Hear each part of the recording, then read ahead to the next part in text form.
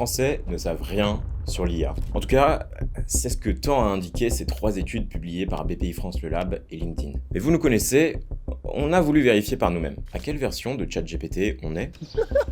On est à 6, non? La dernière version que j'ai vue, c'est ChatGPT 5, celle qui était payante. Dire 8. Sur 10 personnes interrogées, seulement une a eu la bonne réponse. GPT 4. C'est la première personne qui a dit 4. Et c'est un problème.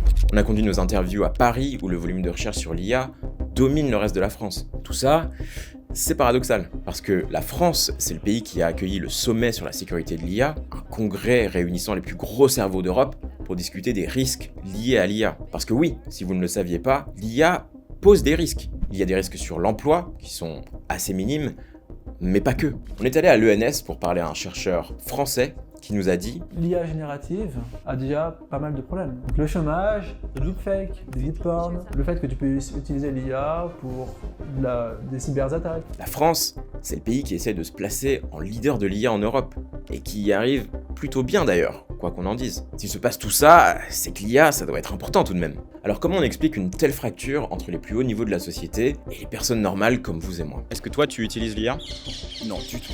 Une piste pour une réponse pourrait nous venir d'Afrique. Les budgets africains pour le marketing sont en baisse constante depuis des années. Les créatifs subissent de plus en plus de pression et l'IA générative est leur salut. ChatGPT, Copilot, Claude, Midjourney, Perplexity, ces outils sont gratuits et vous pourriez les utiliser dès aujourd'hui. Littéralement, il vous suffit juste d'avoir un ordinateur et une connexion internet. Et vous aussi, vous pourriez avoir accès aux outils des géants. Alors, pourquoi on ne le fait pas? Les pays africains étaient parmi les plus rapides au monde à adopter les paiements mobiles. Au Kenya, on envoie des paiements par SMS. Tandis que les Africains créent une infrastructure de paiement plus rapide, plus intuitive, plus ergonomique, nous en France, nous étions restés aux archaïques cartes de débit. Pourquoi? Mon hypothèse, c'est que nous sommes victimes de résistance au changement. On ne change pas une équipe qui gagne. Comme nous avions des cartes de crédit et des comptes bancaires qui étaient tout à fait adéquats, il n'y avait que peu d'incitations pour passer du bon à l'excellent. En France, certaines industries sont restées au papier stylo ou au fichier Excel à rallonge que je suis sûr vous connaissez. Nous nous reposons sur nos lauriers, mais le monde change vite et le risque de devenir obsolète croît dangereusement. Il n'y a pas d'excuse pour ne pas s'informer sur l'IA, surtout l'IA générative, parce que vous ne serez pas remplacé par une IA, mais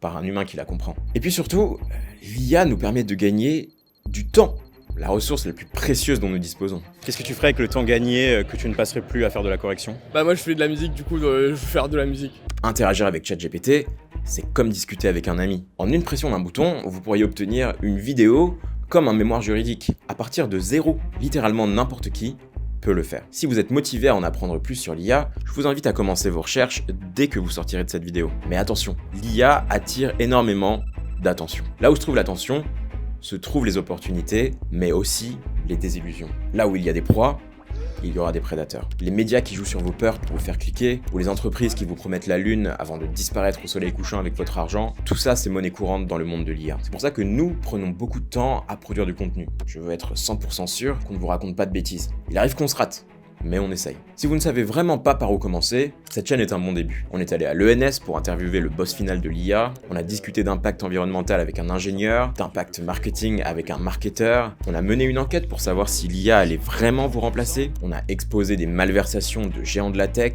on a fait un récap complet de l'histoire de l'IA des Égyptiens antiques à nos jours, mais on a aussi testé des outils, on s'est mis des défis, on a créé des guides, bref, plein de choses que vous retrouverez sur la chaîne IA Mania et surtout, sur la newsletter où chaque semaine nous vous proposons un décryptage d'un enjeu business marketing de l'IA. Et on en dit beaucoup de bonnes choses. Bye!